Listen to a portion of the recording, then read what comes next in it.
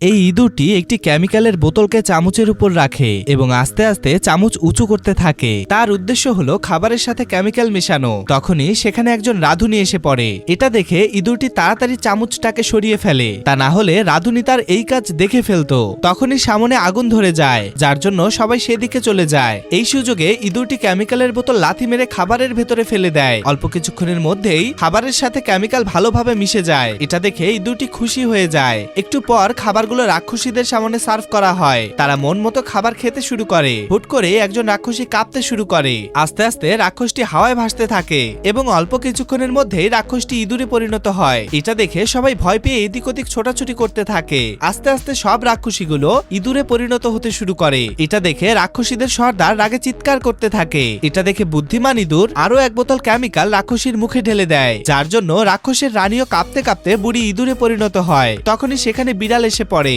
বিড়ালটি সব রাক্ষসী ইঁদুরের উপর আক্রমণ করে।